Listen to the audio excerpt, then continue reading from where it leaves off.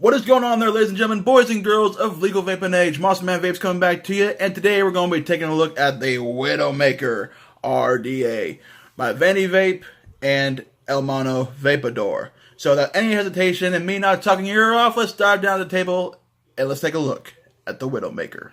So this is the packaging my WIDOWMAKER RDA came in. As you can see, you get the picture of the RDA, you get the emblem, WIDOWMAKER RDA, created by Hermano VAPEDOR. Obviously, you got your scratch off authenticity codes, barcodes, such and such on this side. What is all included in the box on this side? WIDOWMAKER RDA, drip tip, airflow rings, user manual, accessory bag, fused Clapton coils. Obviously, you get a little bit of a diagram right here to show how the airflow goes through the RDA. On this side, obviously, you got another picture, WIDOWMAKER, yada, yada, yada, and VANDY VAPE on the top and bottom. So what is included in this package is 2 airflow rings, obviously. You have a Cyclops style airflow right here. You got a more restricted slit right here. You get a black Delrin chuff cap with the stainless steel option. As far as I know, the other options can have black or a kind of hazy clear acrylic. Your Clapton coils, obviously, these are N90 fused Claptons, 26 gauge with 35. N80, really do wish companies that come with coils with the RDA, I really wish that these guys would just, go for Kanthal, really, because some people can't vape nichrome because of the nickel in the wire. So please, be a good idea to probably include Kanthal on RDAs. It's just a way for people to enjoy it if they want to use the coils. Also, you got a little goodie bag here, which has a 510 drip tip adapter, extra O-rings, a little screwdriver, 2 Allen keys. One is for your connections. The other one is for taking out and putting it in the squonk pin. And obviously, you got your user manual right here, WIDOWMAKER. Multilingual, obviously. Not going to go through all that, though. But let's take a look at the RDA itself. This is a 24mm RDA. 810 drip tip at the top. It is removable, like so. As you can see right here, you got your big, beefy O-ring on the inside. And what comes stock as far as airflow is this honeycomb or grid style airflow. And how you adjust it is simply by turning it. A little bit loose on this one. Definitely could be a little bit tighter. O-rings can be a bit beefier to kind of add that much more resistance. So let's take a look at the deck. As you can see, it's sort of got that elevated pulseless style deck, similar to that of the Rebirth RDA. This did come out, I believe, after the Rebirth, so who knows, to each his own. But as you can see, this is how I have the coils set in. Now, to kind of show you guys what I did, I'm going to take a coil that I previously have wrapped and made and such. And so what I did here was basically this. Give me 1 second, guys. So just for example, what I did was I took a coil and I gave it that little bend on one of the leads. You see that?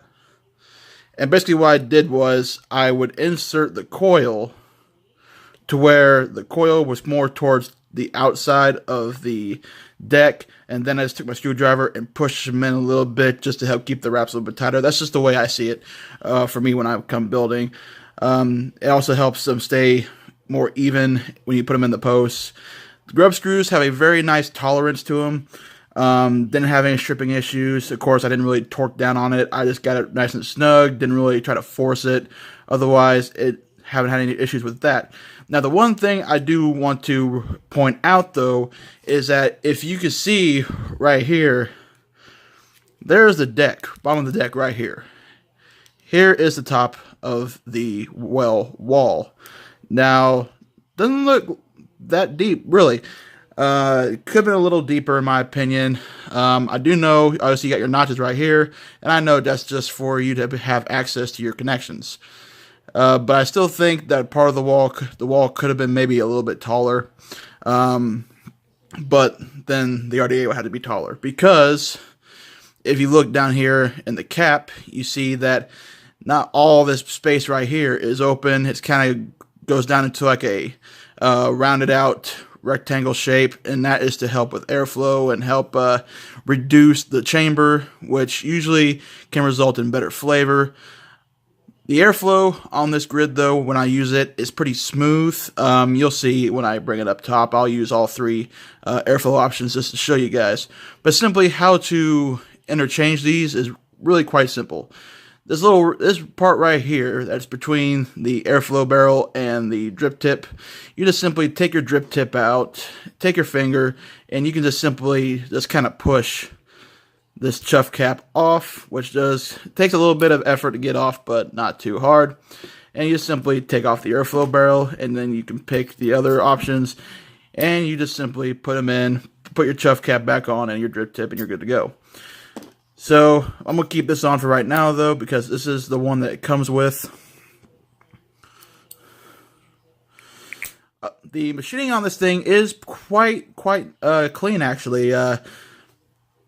Didn't see any scratches on the RDA itself. Anything you're seeing that looks like a scratch is more than likely just residue, as you can see on my fingers. I've used this thing quite a bit over the last couple days, and so yeah, she's a little juicy. She's quite juicy. That's what she said. But this is how I've been using it. I do recommend trying to get your wicks the way I have them, which is right.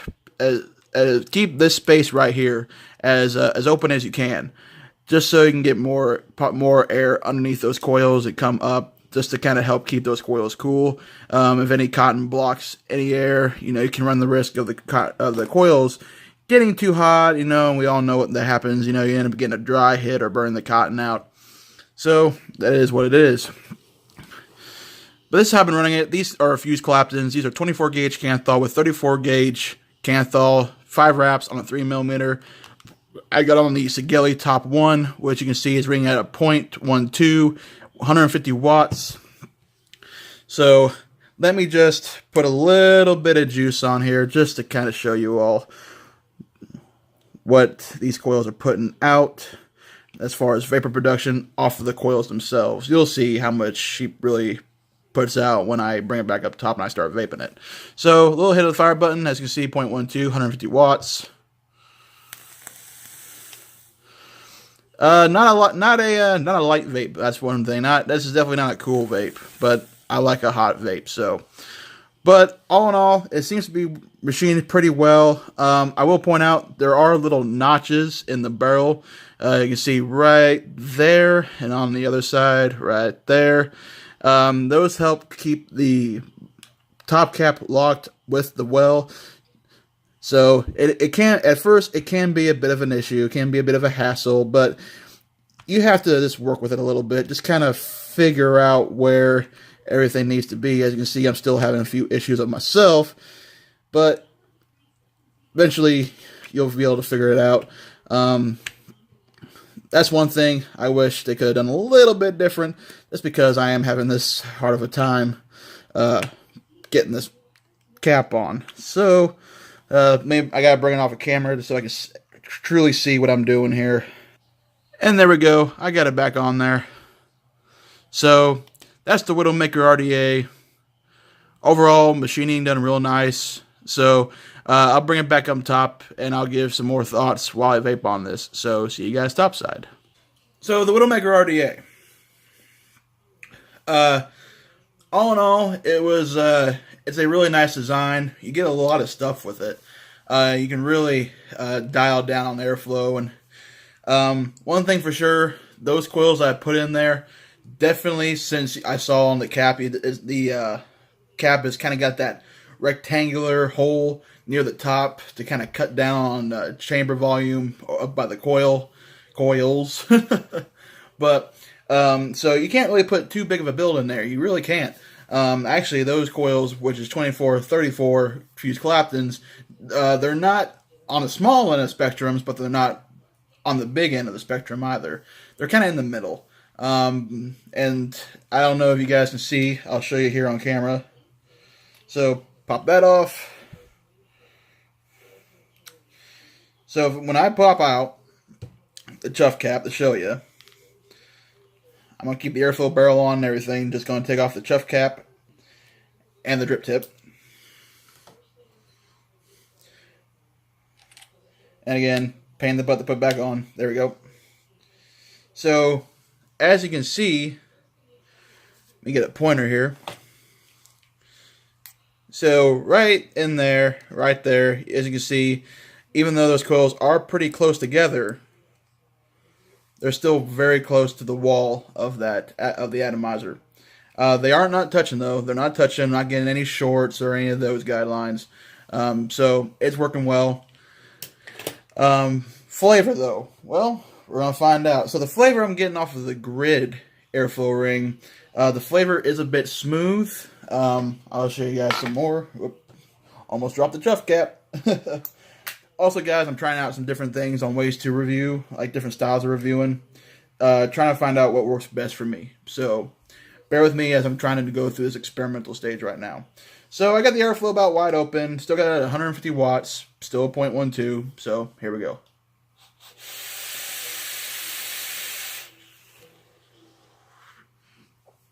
The airflow is smooth. It is quite smooth. But I don't know if you all are picking it up, but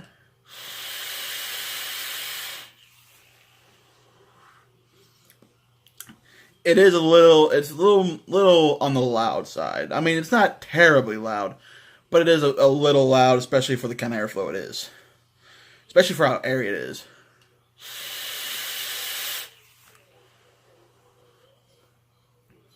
But the flavor's nice. Let's bring it down to about,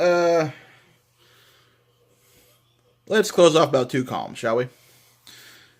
Let me drip a little more juice.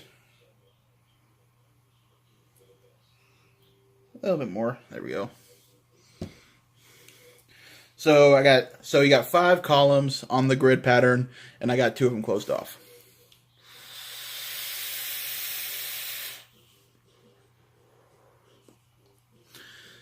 Still smooth.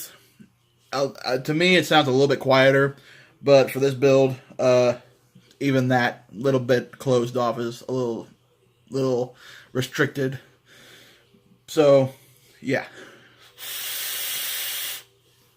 But that airflow ring is not bad. So, let's pop off the chuff cap again.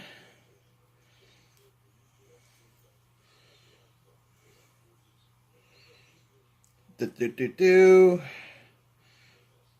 O-rings on this chuff cap are a little tight too, so even after you juice them and get them lubricated, it's still kind of tight, which it actually kind of should be, just so it doesn't risk popping off there when you don't want it to. So there we go.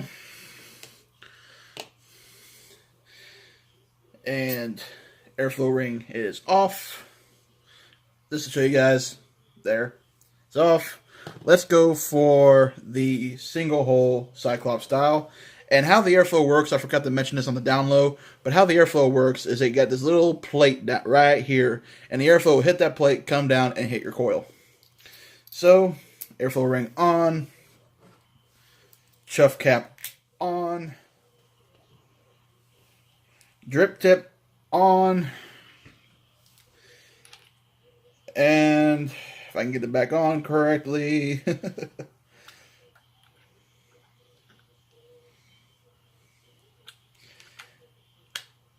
Again, a bit of a pain in the ass to get on there. Just because of those notches. Definitely could have done something a little bit different on that one.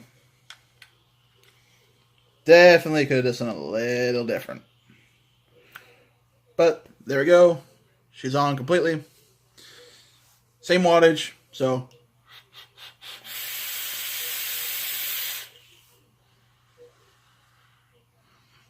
A little bit quieter, full open than the grid. Still smooth. Not as smooth though. I do hear the turbulence just slightly, but I don't feel it. I would still say it's rather smooth, but not as smooth as the honeycomb or grid pattern, whatever you want to call it. Don't hear a whistling out of this one. And I didn't hear a whistle out of the grid one either. But for the sake of the review, and I said I would try them all, so let's get the other one on, shall we? You definitely got to work this thing out, though, the chuff cap. So, bear with me, y'all. Boom. All right. So, as always, like I said, there is the more restricted slit airflow ring. I do like, though, how it has multiple airflow options. I will say that. I do kind of like that concept. So, pop it back on. Once you kind of learn where the notch is at compared to as far as the deck and everything goes, it wouldn't be that much harder to get on. It would be a little bit easier with time. Definitely got to rejuice her just a bit. That should do her. All the way open. Obviously same watts. Here we go.